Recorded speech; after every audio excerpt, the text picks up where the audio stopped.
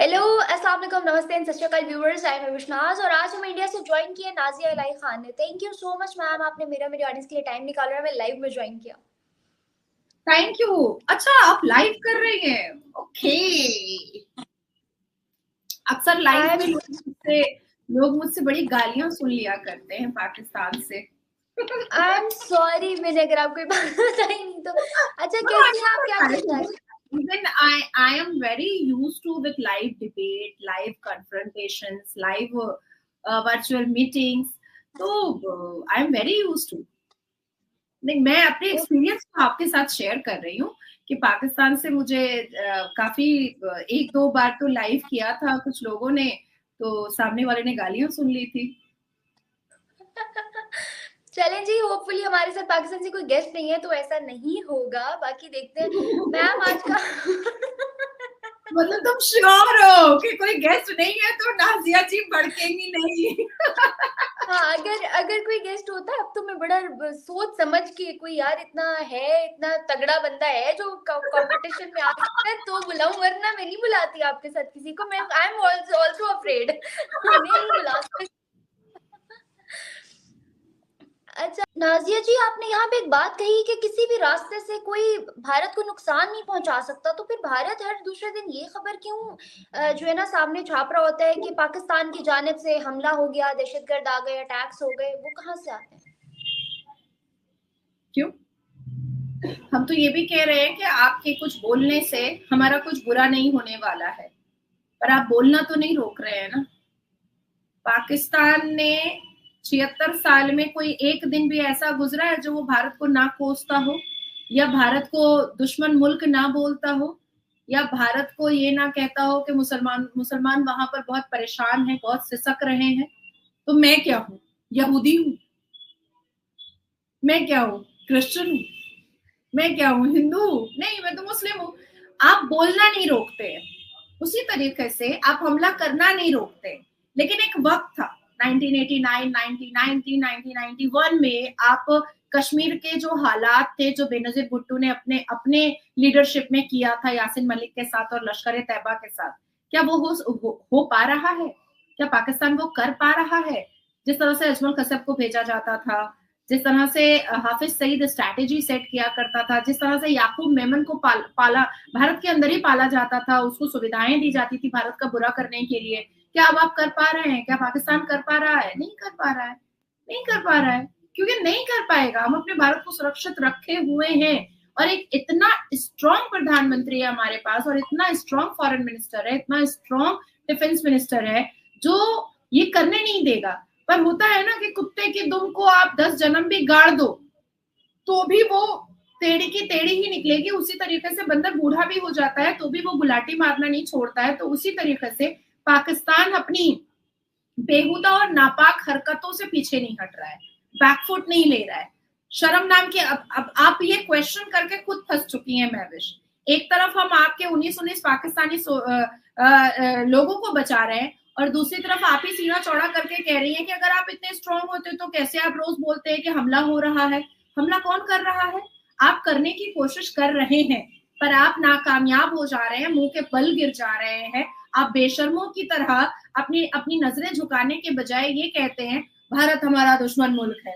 अरे भाई, भारत के इसकी सेना इतनी स्ट्रांग है, इतनी स्ट्रांग है कि पाकिस्तान के ऑक्यूपाइड पीओके के लिए हमने आराम से 24 सीटें घोषित कर दी हैं। और देखिए, गिलगित बलोच, बल्दिस्तान, पीओके बिल्कुल पाकिस्तान की सरकार के अगेंस्ट में है, एकदम अगेंस्ट में। आप देखिए कितनी खूबसूरती से, बिना कुछ झगड़ा झमेला किए, बिना कोई वॉर किए पीओके हम ले लेंगे, आराम से ले लेंगे। तो आपका सवाल जो था ना, आपको लगा कि बहुत जबरदस्त आपने सवाल कर दिया है, अब तो नाजिया जी उलझ जाएंगी, अब नाजिया जी के पास जवाब नहीं होगा। लेकिन ऐसा आप मुझे नहीं लग सकता, ऐसा मुझे नहीं लग सकता। मैंने ऑडियंस को जवाब सुनाने के लिए ही सवाल किया था, ऐसा मुझे नहीं लग सकता। अच्छा, तो ऐसा मुझे अब बिल्कुल नहीं लगता। अभी अभी आप देखो ना, आप 19 पाकिस्तानी को बचाया गया है। अब आप पाकिस्तान में आप रिएक्शन लो, पाकिस्तान के लोगों से आप रिएक्शन लो, क्योंकि 99% तो आप लोग मुसलमान ही हो वहां पर। आप उनसे रिएक्शन लो, आप रिएक्शन लेकर के पूछो कि देखिए, आप जिसको दुश्मन मुल्क कहते हैं उन्होंने तो हमारे 19 पाकिस्तानी को बचा दिया और एक बार कहा भी नहीं कि देखो देखो हमने पाकिस्तानी को बचाया है, एक बार कहा भी नहीं, कोई क्रेडिट भी नहीं लिया।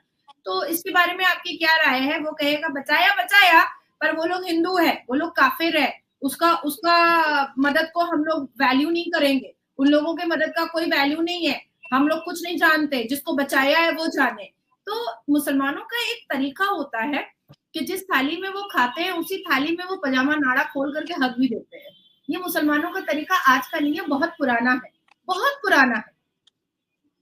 नाजिया जी, एक तरफ पाकिस्तान में भी इलेक्शन चल रहे हैं, इंडिया में भी इलेक्शन चल रहे हैं, एक तरफ तो पाकिस्तान में हर बंदा कुर्सी के चक्कर में जंग लड़ रहा है, दूसरी जानिब पाक आर्मी जो बहुत टाइम से चुप बैठी हुई है, लेकिन हिंदुस्तानी आर्मी ने सऊदिया को भी ट्रेनिंग देना शुरू कर दी है, वो भी पाकिस्तान के बॉर्डर पे। तो ये न्यूज आई गेस आपने देखी होंगी। ये क्या स्ट्रेटेजीज आप लोग अपनाना चाह रहे हैं, कहाँ से ला रहे हैं ये दिमाग, मैं जानना चाहूंगी। बीजेपी करा रहा है, कौन, आपकी एस्टेब्लिशमेंट बहुत स्ट्रांग हो गई है या कुछ और है? देखिए, सबसे पहले तो मैं एक बात बता दूं आपको कि कभी भी भारत पर 1947 से आप इतिहास के पन्नों को उठाइए, भारत पर कभी भी रूल आर्मी का नहीं हो सकता है, कभी भी नहीं हो सकता है, क्योंकि भारत के पॉलिटिकल पावर बहुत स्ट्रांग है, बहुत स्ट्रांग है। हाँ, मैं ये जरूर मानूंगी कि अब तक भारत को सबसे आगे निकल जाना चाहिए था, लेकिन कुछ ऐसे प्रधानमंत्री हमारे देश के बने थे जिन्होंने भारत को पीछे खींचने की पूरी कोशिश की थी, बहुत कोशिश की थी। पर अब भारत में एक ऐसे प्रधानमंत्री हैं जिनको भारत माता के अलावा कुछ दिखाई नहीं देता है, कुछ भी दिखाई नहीं देता है। अब सऊदी यूएई 72 एकड़ की मंदिर इनॉग्रेशन कर रहा है 14 फरवरी को।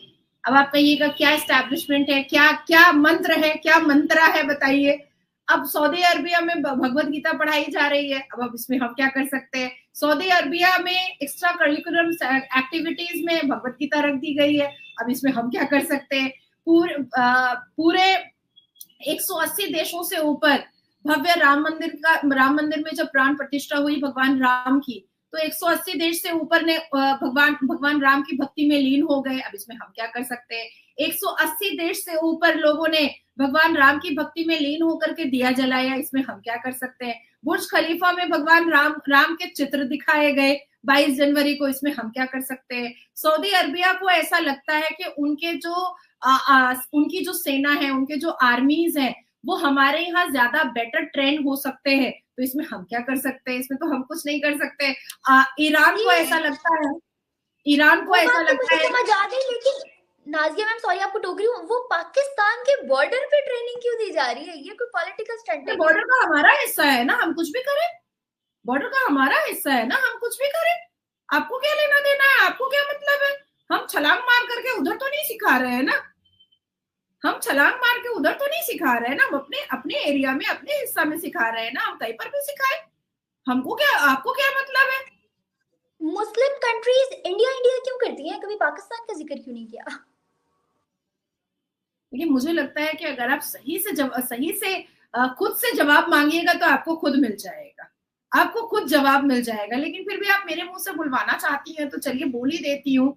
आपकी जज्बा वाली कौम है, हमारी शिक्षित कौम है, आपके दीन ईमान वाली कौम है, हमारी एडुकेटेड और संस्था और संस्कारी कौम है। आपके यहाँ दीन ईमान और जज्बा इस्लाम में गला रेतना सिखाया जाता है, हमारे यहाँ गला रेतने वाले को जेल की सलाखें दिखाई जाती हैं। आपके यहाँ मस्जिदों में बम लगा करके मस्जिदें फोड़ी और तोड़ी जाती हैं। हमारे भारत में 3 लाख से ऊपर मस्जिदें हैं और बड़ी आलीशान खूबसूरत बनी हुई है। आपके यहाँ इस्लाम का नारा तो जरूर बुलंद किया जाता है, पर मस्जिद में लोग दिखाई नहीं देते हैं जितना हमारे यहाँ मस्जिदों में जुमा की नमाज में लोग दिखाई दे देते हैं, उतना आपके यहाँ ईद और बकरीद में दिखाई नहीं देते हैं। आपके यहाँ हर रोज बताया जाता है दीन इस्लाम, जज्बा इस्लाम, जज्बा ईमान, और शिक्षा में नीलवटा सन्नाटा। बंदर की तरह गुलाटी मारने से आपके यहाँ के मर्द और औरतें पीछे ही नहीं हट रही हैं, पीछे ही नहीं हट रही हैं। औरतों से आप लोग रिव्यू लेते हैं, रिएक्शन लेते हैं, तो वो लोग कहती नहीं, हमारा इस्लाम बोला है कि मेरा शौहर 4 बीवी रख सकता है, तो हम सो जाएंगे धक्का धुक्की करके भी, लेकिन हम लोग 4 बीवी मिलकर सोएंगे। ए उधर हट ना, थोड़ा उधर हट, मेरा पति को मुझे छूने देना, मेरा शौहर को मुझे थोड़ा उधर हट ना भाई। लेकिन वो लोग 4 बीवियां पसंद कर रही हैं क्योंकि इस्लाम ने कहा है, पर हम नहीं करेंगे।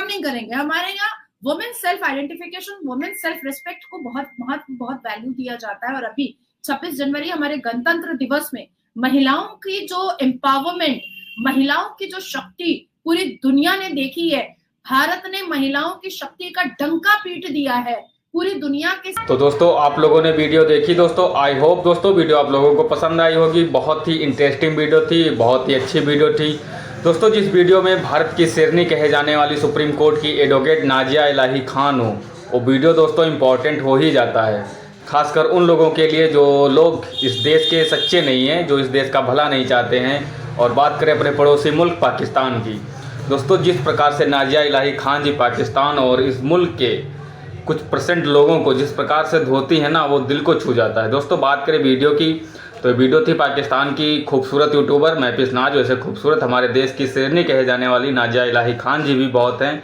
दिल की भी बहुत ज़्यादा खूबसूरत है और दिमाग की भी बहुत ज़्यादा खूबसूरत हैं, बट महफिज नाज भी बहुत ज़्यादा खूबसूरत है दोस्तों। उन्हीं की वीडियो थी और उन्हीं के बीच में जो आज डिबेट हो रही थी उसमें नाजिया इलाही खान जी उनकी गेस्ट थी दोस्तों। जो वीडियो का टॉपिक था दोस्तों, भारत और पाकिस्तान के दोनों देशों को लेकर डेवलपमेंट के बारे में वीडियो का टॉपिक था।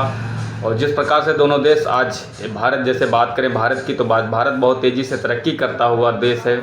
और वहीं पाकिस्तान की बात करें तो पाकिस्तान में आज आटे और चावल के लिए लोगों को लाइनों में खड़ा होना पड़ रहा है दोस्तों। तो दोस्तों इसी पर बहुत ही ज़बरदस्त डिबेट हो रही थी, बहुत ही धाकड़ डिबेट हो रही थी। और जिस प्रकार से इसी टॉपिक के बीच में जिस प्रकार से नाजिया इलाही खान जी ने भारत में कुछ % जो कि देश विरोधी लोग हैं और गद्दार लोग हैं, उनको जिस प्रकार से रगड़ा है ना दोस्तों, ये कसम से यार दिल को छू गया। और बहुत ही अच्छी बातें करती हैं नाजिया इलाही खान जी। और दोस्तों सामने जब फिर कोई भी हो, चाहे वो पाकिस्तान की कोई लड़की ही क्यों ना हो, नाजिया इलाही खान जी इतना अच्छे से समझा देती हैं दोस्तों कि उसकी हिम्मत नहीं पड़ती है फिर नाजिया इलाही खान जी से कोई भी सवाल करने की या कोई भी उल्टी सीधी बात करने की। जिस प्रकार से नाजिया इलाही खान जी, और दोस्तों मैं नाजिया इलाही खान जी के हवाले से कुछ कहना चाहता हूं कि नाजिया इलाही खान वो शेरनी हैं जो भारत में बहुत से ऐसे लोग हैं जो बहुत ही बड़े कट्टरपंथी लोग हैं, बहुत ही बड़े पॉलिटिक्स से जुड़े हुए लोग हैं दोस्तों, उनको भी वो नहीं समझती और उनको भी रगड़ देती हैं खुले मंच पर। ये तो एक यूट्यूब की प्लेटफॉर्म है दोस्तों, मीडिया, बड़ी बड़ी मीडिया डिबेट्स में जा करके जिस प्रकार से नाजिया इलाही खान जी बड़े बड़े लोगों को रगड़ देती हैं दोस्तों, तो बहुत ही हिम्मत है नाजिया इलाही खान जी में, देशभक्ति भी बहुत ज़्यादा है। और जिस प्रकार से देश की सोचती हैं, एडवोकेट हैं, पढ़ी लिखी बहुत ज़्यादा हैं, बोलने का एक्सपीरियंस बहुत ज़्यादा है दोस्तों। और बहुत बड़ा नाम है नाजिया इलाही खान जी का भारत में, और उससे भी बड़ा नाम है पाकिस्तानियों के बीच में, क्योंकि नाजिया इलाही खान जी का नाम सुन के पाकिस्तानियों के बहुत से लोगों के कुछ गीला हो जाता है दोस्तों। और फिर महफिज नाज भी कुछ बोल नहीं पाए जिस प्रकार से नाजिया इलाही खान जी ने उनको रगड़ दिया पाकिस्तान और भारत के मुद्दे पर। तो दोस्तों वीडियो बहुत ही ज़्यादा इंटरेस्टिंग थी। मिलते हैं।